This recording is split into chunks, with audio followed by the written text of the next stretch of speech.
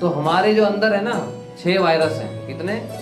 जन्म से ब्राह्मण है, पर हमारे शास्त्र कहते हैं कि भाई केवल जन्म से ब्राह्मण नहीं होता, कर्म से और गुण से ब्राह्मण होता है। भगवत गीता में पहले ही लिखा है, चातुर्वर्ण माया शिष्टम गुणा कर्म विभागश। ये सबसे बड़ी समस्या है। आज अगर हमें अपने देश का भला करना है, आप भी मंदिर जाते हैं, सब मंदिर जाते हैं, भगवान के क्या करने जाते हैं? दर्शन करने जाते हैं। अब अर्जुन जी जो है ना, हमें करना क्या चाहिए? हमें जीवन में अपने कर्मों को ऐसा बनाना चाहिए कि हम बार बार जन्म मृत्यु के चक्कर में ना फंसे। जितनी भी समस्याएं है ना, सबने ये सारी समस्या से भी मीटिंग हुई स्टार्टिंग में साइबर क्राइम के ऊपर कि भाई साइबर क्राइम की समस्या है। कोई दुनिया भर में इतने सारे अलग अलग तरह के क्राइम है, सबकी समस्या है ना। पर इन सारे क्राइम की समस्या का जो हल है ना, वास्तविक हल, वो क्या है? जन्म मृत्यु के चक्कर से निकलना। एक बार जन्म मृत्यु के चक्कर से निकल गए तो ना तो कोई क्राइम होगा और ना कोई साइबर क्राइम होगा। समझ रहे हैं आप? क्योंकि ये जो दुनिया है ना, ये दुनिया जो बनाने वाला है वो ही कह रहा है कि ये दुख आल्यम है। क्या? ये दुखों का घर है। जैसे विद्यालय विद्या का घर है ना, भोजन आल्य भोजन का घर, जहां भोजन करने जाते हैं। इस तरह ये दुख आल्य, गीता में भगवान ने पहले ही कह दिया कि ये दुख आल्य है। तो जो गीता पढ़ता है, जानता है, समझता है, उसको तो पता है कि ये दुख आल्य है ना। जैसे जिसको साइबर क्राइम के रूल पता है तो वो उसमें नहीं फंसेगा। इस तरह अगर आपको ये पता है कि ये दुनिया दुखाल्य है तो आप यहाँ के सुख दुख के चक्कर में नहीं फंसेंगे। और जिस प्रकार प्रभु जी ने बताया कि वायरस अंदर आ जाता है, तो हमारे जो अंदर है ना 6 वायरस हैं। कितने? पहला क्या है? काम, क्रोध, लोभ, मोह, मद और मत्सर्य। ये 6 वायरस है। इन 6 वायरसों को अगर हमने क्या किया? वश में कर लिया, इनको दबा दिया, तो हमारा बेड़ा पार हो जाएगा, नहीं तो हमारा बेड़ा गर्क हो जाएगा। हम खुद भी राजस्थानी है, जयपुर से ही हैं। वैसे जन्म से ब्राह्मण है, पर हमारे शास्त्र कहते हैं कि भाई केवल जन्म से ब्राह्मण नहीं होता, कर्म से और गुण से ब्राह्मण होता है। भगवत गीता में पहले ही लिखा है, चातुर्वर्ण माया शिष्टम गुणा कर्म विभागश।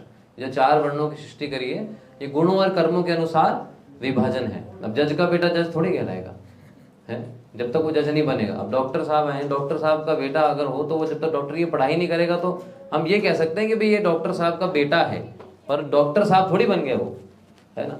तो इस तरह अगर हम ब्राह्मण के लिए बताया जाता है, षड कर्म निपुण विप्र मंत्र तंत्र विशारद, कि 6 कर्मों में निपुण होना चाहिए विप्र, मंत्रों तंत्रों में विशारद होना चाहिए। और 6 कर्म क्या है ब्राह्मण के? ज्ञान देना, ज्ञान लेना, यज्ञ करना, यज्ञ कराना, और दान देना और दान लेना। हाँ, लेना नहीं, देना भी। हाँ, ये 6 कर्म बताए गए हैं। हमारे गुरु महाराज कहते थे, ब्राह्मण के पास सुबह 1 लाख रुपए आया तो शाम को उसने सब क्या किया? प्रचार में लगा दिया, कोई भंडारे में लगा दिया, कोई कहाँ लगा दिया, सब लगा दिया। संग्रह करना ब्राह्मण की प्रवृत्ति में नहीं है। तो इन 6 जो वायरस है हमारे, इनको अगर हमें कंट्रोल करना है तो हमें भगवत भक्ति का सहारा लेना ही पड़ेगा। और भगवत भक्ति के अगर अंदर हम जाएंगे तो भगवत भक्ति एक साइंस है अपने आप में। क्या है? विज्ञान है। जो हमारे पहले बच्चों को पढ़ाया जाता था, हम सबको पढ़ाया जाता था, पर गुरुकुल होते थे पहले, तो गुरुकुल के अंदर दोनों ज्ञान दिए जाते थे। पर आज तो कोई ज्ञान ही नहीं दिया, आध्यात्मिक ज्ञान जो है वो दिया ही नहीं जाता। सबसे बड़ी समस्या है ये, सबसे बड़ी समस्या है। आज अगर हमें अपने देश का भला करना है तो देश तो बनता युवाओं से है। जनरेशन जो नई यंग जनरेशन है वो ही उनका फ्यूचर बोलते हैं ना, कि यंग जनरेशन ही हमारा फ्यूचर है।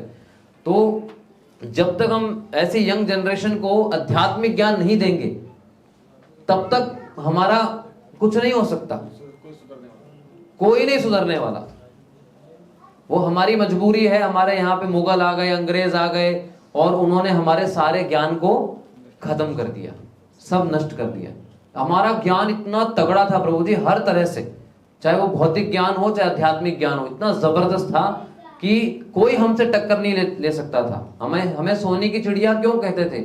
इसलिए नहीं कहते थे कि हमारे पास सोना बहुत था केवल, क्योंकि हमारे पास असली सोना ज्ञान का बहुत था और आध्यात्मिक ज्ञान का, जिसके कारण कि हम बहुत कुछ लाइफ में अचीव कर सकते थे। आज दुनिया वाले हमारे आंखें गाड़ के देखते हैं कि भारत से कोई ऐसा ज्ञान मिले, क्योंकि दुनिया में तो क्या है प्रभु जी, डिप्रेशन बहुत बुरी तरह है। आज हम अमेरिका को देखते हैं, अमेरिका सबसे समृद्ध देश मानते हैं उसको, सबसे बड़ा देश मानते हैं, परंतु आज अगर आप स्टडी करेंगे तो सबसे ज्यादा डिप्रेशन की गोली अमेरिका में खाई जाती है।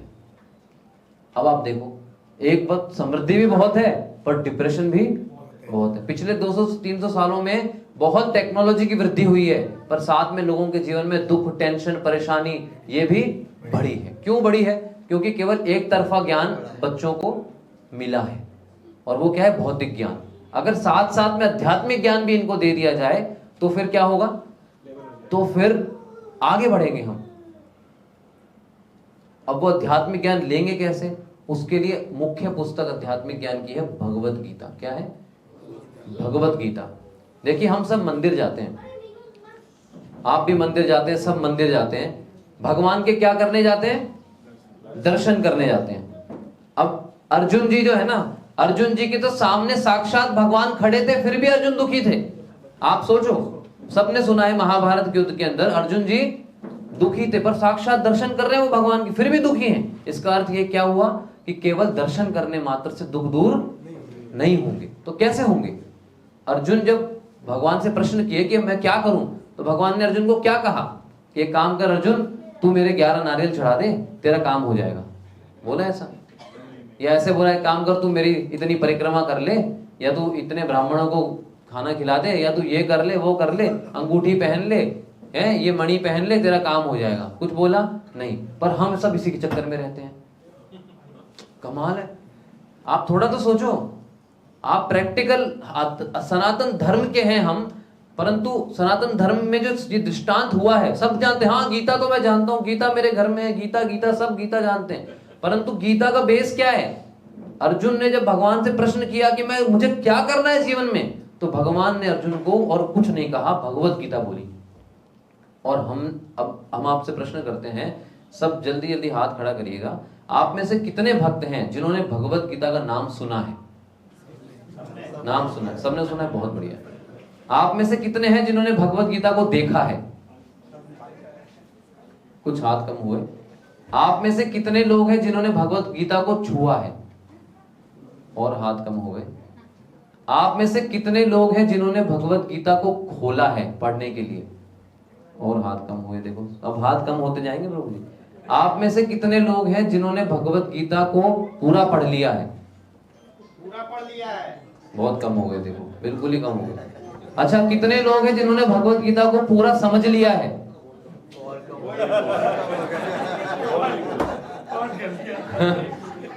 बस, तो अब यही तो समस्या है ना। अब बताओ कि हम बच्चों को, अब जब खुद ने ही समझा तो बच्चों को तो हम क्या ही बताएंगे प्रभु जी। तो इसलिए हमारी जो मुख्य जिम्मेदारी होती है ना, अगर हम अपने आप को सनातन धर्मी कहते हैं, तो हमारे गुरुजी कहते हैं मुसलमान कुरान पढ़ते हैं, क्रिश्चियन बाइबल पढ़ते हैं, परंतु अधिकतर हिंदू गीता नहीं पढ़ते। हम लखनऊ में गए थे, वहां पे हमें बताया गया कि जहाँ पे प्रभु जी मुस्लिम तादाद बहुत ज्यादा है, तो यहाँ पर क्या होता है, जब कोई मुसलमान का बच्चा कुरान कंप्लीट कर लेता है ना, तो उसके घर में दावत होती है। वो बुलाते हैं सब अपने घर वालों को कि आओ, मेरे बच्चे ने आज कुरान पूरी पढ़ ली। परंतु अगर हमारे यहाँ पे कोई गीता पढ़ लेता है तो हम सोचते हैं क्या कर रहा है पागल, छोड़ इसको, धंधे में लग अपने।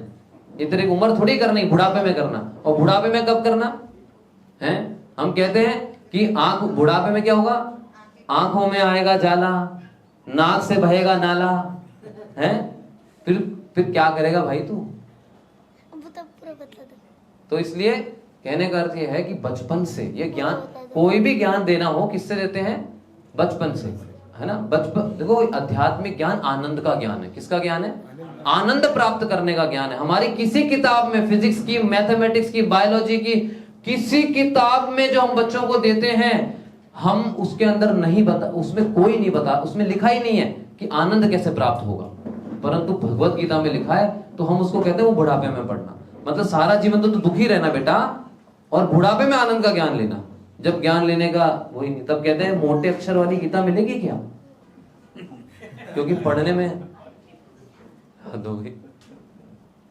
तो आप सबसे यही विनती है, आप सब बहुत समझदार लोग हैं, इस समझ को सही जगह लगाएं। और भगवत गीता का अध्ययन करें, तभी हम सनातन धर्मी कहलाएंगे प्रभु जी। ऐसे नहीं केवल जय श्री राम का नारा लगाने से नहीं कहलाएंगे।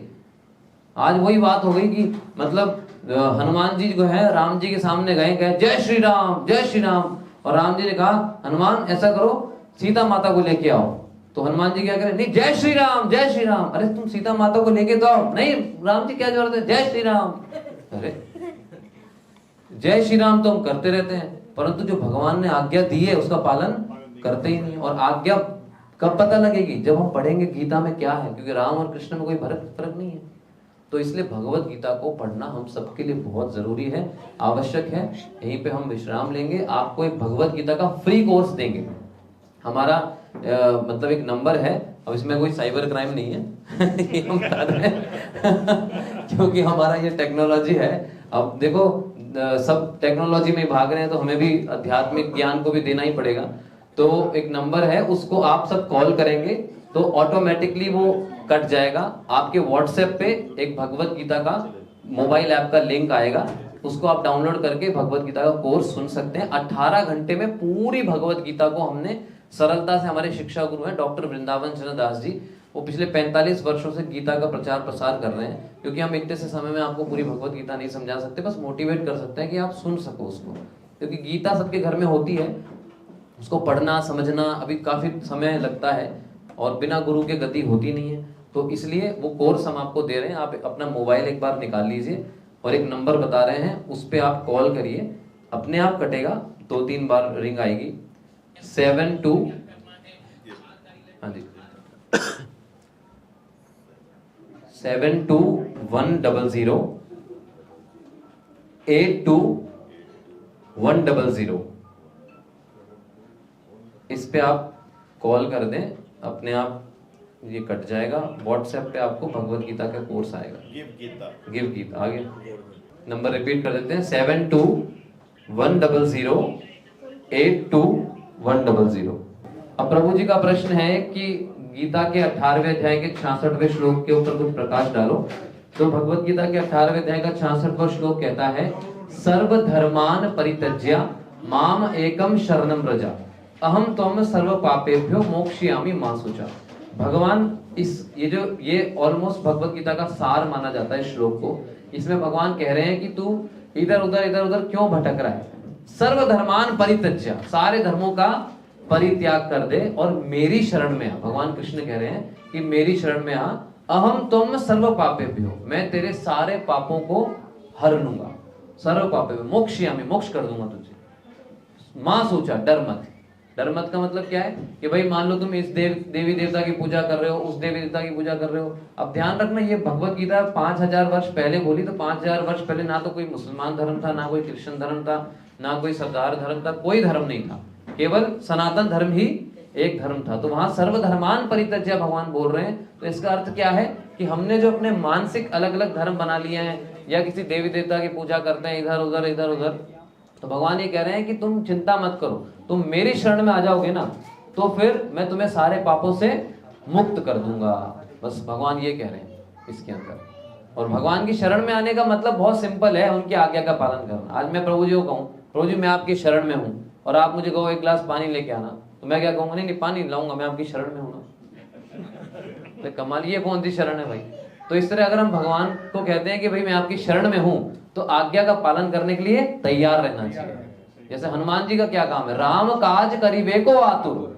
हनुमान जी एवरी टाइम राम जी का काज करने के लिए रेडी है। हम जब अंदर आए तो हनुमान चालीसा का पाठ प्रभु जी कर रहे थे, तो हनुमान चालीसा से हम बहुत अच्छा कुछ सीख सकते हैं। वो क्या कि राम काज करीबे को आतुर, हमेशा हनुमान जी राम जी के काज करने को आतुर होते हैं। परंतु हम हनुमान जी के पास जाते हैं, हनुमान जी कहते हैं कि राम जी काज छोड़ो, मेरे काज करो। तो ऐसा मत करो। मंदिर जाते हैं ना हम, तो भगवान से कुछ मत मांगा करो, भगवान से, क्योंकि भगवान कोई हमारे वेजिटेबल ऑर्डर सप्लायर नहीं है। भगवान क्या कहते हैं, मैं क्यों आता हूँ, यदा यदा ही धर्मस्य ग्लानिर्भवति भारत, जब जब धर्म की हानि होती है, अधर्म का बढ़ावा होता है, तब तब मैं आता हूँ धर्म की पुनः स्थापना करने के लिए। तो भगवान के पास जाओ तो यही मांगो कि मेरे जीवन में धर्म की स्थापना करो। परंतु हम धर्म को छोड़ के सब मांगते हैं, ये दे दो, वो दे दो, बेटी का विवाह करा दो, ये फैक्ट्री में काम नहीं कर रहा, इसको निकलवा दो, 51 रुपए का प्रसाद चढ़ाऊंगा, ये हो रहा है वो हो रहा, मतलब भगवान को लालच देते हैं। भगवान को आपके 51 रुपए के प्रसाद के भूखे बैठे हैं क्या? उनको लाखों लोग, करोड़ों लोग 56 भोग लगाते हैं प्रभु जी। उनको क्या जरूरत है? उनको ना 56 भोग चाहिए ना 51 रुपए चाहिए, उनको तो प्रेम चाहिए। आप भगवान से प्रेम करो बस। और प्रेम कैसे होगा? हम आपको 2 चीजें बस बताते हैं, मतलब ABCD हम बोलते हैं, इससे हम एंड करेंगे। A फॉर एसोसिएशन, मतलब साधु संग, भक्तों का संग करो जीवन में, हमेशा अच्छी बातें सीखो, भक्ति की बात सीखो। B for Bhagavad Gita reading, Bhagavad Gita पढ़ो, शास्त्रों को पढ़ो, अध्ययन करो, जीवन में लगाओ। C फॉर चैंटिंग, अपने जीवन में महामंत्र को जोड़ो, कम से कम 1 माला इस महामंत्र की करो। अभी हम आप 5-6 बार ये महामंत्र सबसे आंख बंद करके करवाएंगे, उससे आपको आइडिया लगेगा कैसे करना है। ये महामंत्र को जप करो 108 बार। और चौथा डाइट मतलब आहार, अपना प्रसाद, वो बहुत इंपॉर्टेंट है ठीक करना। हमारा ये कचरा थोड़ी है, कचरा पात्र है कि जो उठाया मन मुंह में डाल के खा लिया, नहीं।